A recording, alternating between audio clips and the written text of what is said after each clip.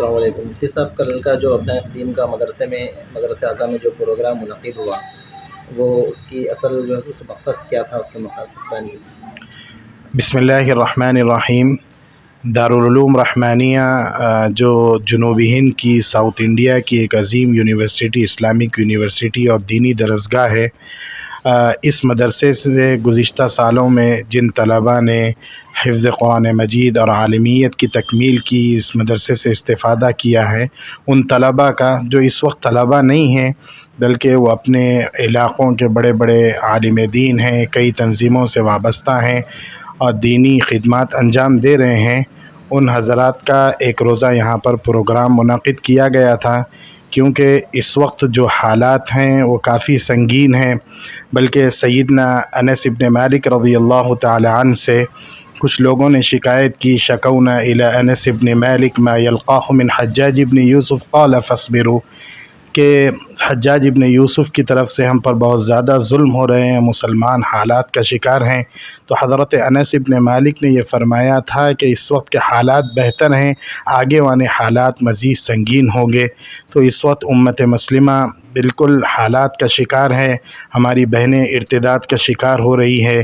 اور مدارس اسلامیہ میں طلباء کا جو رجحان ہونا چاہیے اس میں بھی کافی کمی نظر آ رہی ہے۔ پھر مدارس اسلامیہ کو دینی علوم کے ساتھ ساتھ عصری علوم کے ساتھ کس طرح مربوط کیا جائے، اس کو اپڈیٹ کرنا بھی ایک ضروری مسئلہ تھا۔ پھر دوسرے مسائل بھی ہے، کہیں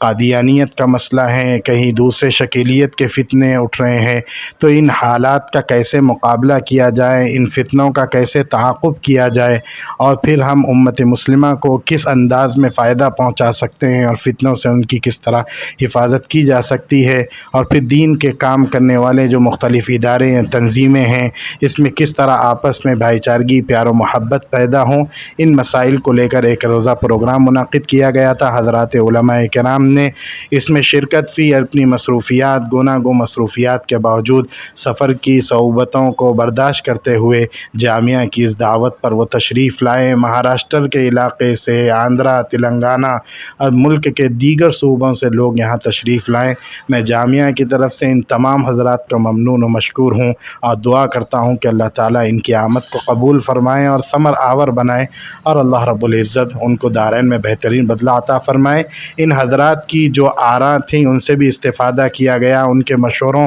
سے بھی استفادہ کیا گیا، اور پھر ہمیں اضلاع میں کس طرح کام کرنا چاہیے ان حضرات کے مشورے بھی اس سلسلے میں لیے۔ اور ایک مسئلہ یہ ہے مفتی صاحب کہ کل جو غیر مسلم کو مسجد میں بلایا گیا تھا، اس تعلق سے بھی کچھ لوگ اعتراض ظاہر کریں، اس تعلق سے بھی کچھ وضاحت۔ دیکھیے، جو لوگ رسول اللہ صلی اللہ علیہ وسلم کی شریعت مبارکہ سے، احادیث مبارکہ سے، سیرت مقدسہ سے ناواقف ہے، شاید وہ لوگ اس طرح کا سطحی اعتراض کر رہے ہیں، ورنہ رسول اللہ صلی اللہ علیہ وسلم سے جب نجران کے نصارہ مناظرہ کرنے کے لیے تشریف لائے تھے، علمی بحث و مباحثہ کرنے کے لیے تشریف لائے تھے، تو اللہ کے نبی علیہ الصلاۃ والسلام نے ان لوگوں کا استقبال کیا، اور آقا نے ان کو مسجد نبوی کے اندر ٹھہرایا اور ان کی مہمان نوازی کی۔ رسول اللہ صلی اللہ علیہ وسلم کا یہ طرز عمل ہمارے لیے ایک آئیڈیل اسوہ اور نمونہ ہے، اور جب بھی اللہ کے نبی علیہ الصلاۃ والسلام دیگر بادشاہوں کو اپنی طرف سے خطوط روانہ فرماتے تھے تو آقا دو جہاں ان کے لقب کے ساتھ، عزت کے ساتھ ان کا نام لکھتے تھے، کہتے تھے عظیم الروم۔ تو صحابہ کرام میں سے بعض نے اعتراض کیا، سیدنا علی کرم اللہ وجہہ، اے اللہ کے نبی، یہ ہمارے بادشاہ تو نہیں ہیں، آپ ان کو بادشاہ یہ عظیم الروم کہہ کر کیوں لکھ رہے ہیں؟ تو آقا دو جہاں صلی اللہ علیہ وسلم نے فرمایا، دیکھو یہ اپنے علاقوں کے لوگوں کے سردار اور بادشاہ ہیں، اس لیے ہمیں ان کا اکرام کرنا چاہیے اور ان کو ان کے القاب سے ملقب کرنا چاہیے۔ رسول اللہ صلی اللہ علیہ وسلم کی یہ سیرت مقدسہ، یہ طرز عمل